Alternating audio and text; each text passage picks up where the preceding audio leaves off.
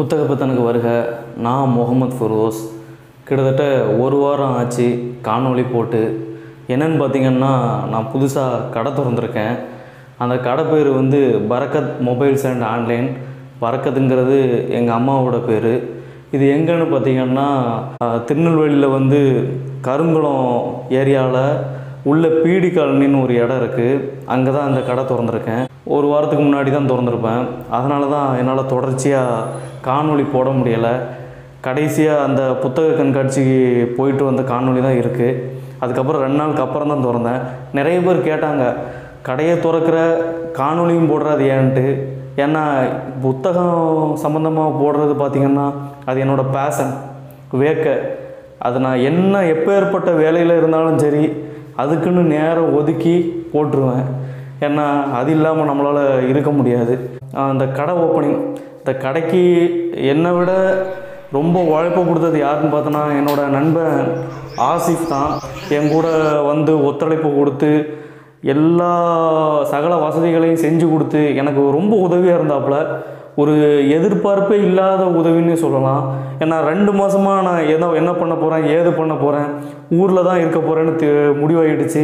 ஏதாவது பண்ணணும், லைஃப்பில் ஏதாவது ஒரு கட்டத்துக்கு வரணும் அப்படிங்கிற ஒரு அலைச்சலாட்டு இருந்துச்சு. அதுக்கு அவனோட உதவி ரொம்ப பெரிய உதவின்னு சொல்லலாம். ஏன்னா இது வரைக்கும் 7 வருஷமாக நான் அபுதாபிலே இருந்துட்டேன்.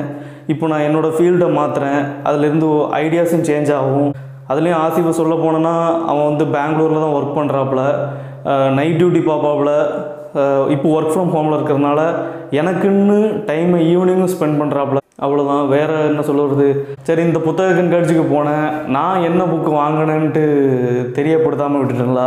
நான் வாங்கின புக்கு என்னன்னு பார்த்திங்கன்னா, நான் செய்வதை செய்கிறேன், ரகுராம்ஜி ராஜனோட புத்தகம்.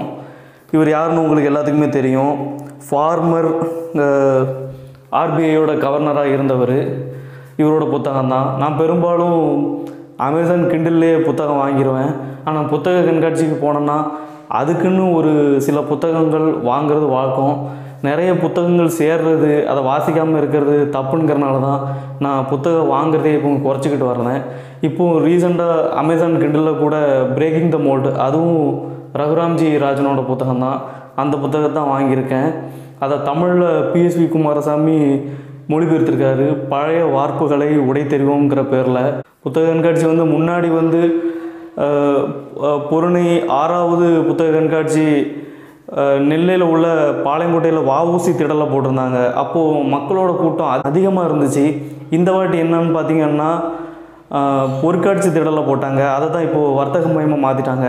அது கொஞ்சம் உள்ளே இருக்கிறனால, கொஞ்சம் கட்டமைப்புலாம் கொஞ்சம் ஹை கிளாஸில் இருக்கிறனால என்னமோ தெரில, மக்கள் கூட்டம் வரதுக்கே அங்கே தயங்குறாங்களா அப்படிங்கிற ஒரு சந்தேகமும் வருது.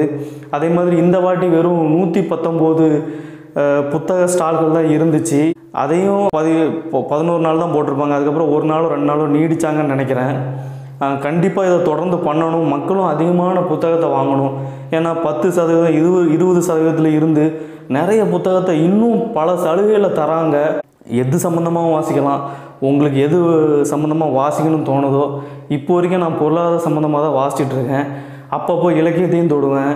அப்பப்போ வேறு ஏதாவது வரலாறு சம்மந்தமாகவும் வாசிக்குவேன். ஆனால் அந்த வாசிப்புங்கிறத மட்டும் நிறுத்தவே முடியலை. பொதுவாக சொல்லணுன்னா, ஒரு சமூகத்திலே பார்த்தோன்னா வாசிக்கிறத பார்த்தோன்னா ஒரு மேலே உள்ளவன் தான் வாசிக்கணும், வசதி அடைஞ்சிட்டான் ப்ரிவிலேஜாக இருக்கிறவன் தான் வாசிக்கணும், கீழே உள்ளவன்லாம் நம்ம உழைச்சிக்கிட்டே இருக்கணும், நமக்கு எதுக்கு வாசிப்பு, அதை ஒரு ஹை கிளாஸ் இதாக பார்க்குறாங்க. வாசிப்பே ஏதோ செட்டில் ஆகிட்டோன்னா அவன் வாசிக்கலாம், நம்ம எதுக்கு வாசிக்கணும் அப்படின்ட்டு. அந்த வாசிப்பை கூட கெட்ட பழக்கமாக கூட நினைக்கிற ஒரு சில பேர் இருக்காங்க. அது என்னன்னு தெரில. நான் பொதுப்படையாக சொல்கிறேன், எல்லாத்தையும் சொல்லலை. தொடர்ச்சியாக போடணும். நான் என்ன புத்தகம் வாசிக்கிறேன், எதை பற்றி வாசிக்கிறேங்கிறத பற்றியும் போடணும். கடையும் கவனிக்கும், அதே நேரத்தில் இதையும் போடணுங்கிறது வந்து ரொம்ப முக்கியமான விஷயம் சொல்லலாம். நான் அதையும் செய்வேன். இவ்வளோ தான் நான் இன்றைக்கி இப்போ சொல்ல வந்தது. இதோடு நான் என்னோடய காணொலியை முடிச்சுக்கிறேன். நன்றி.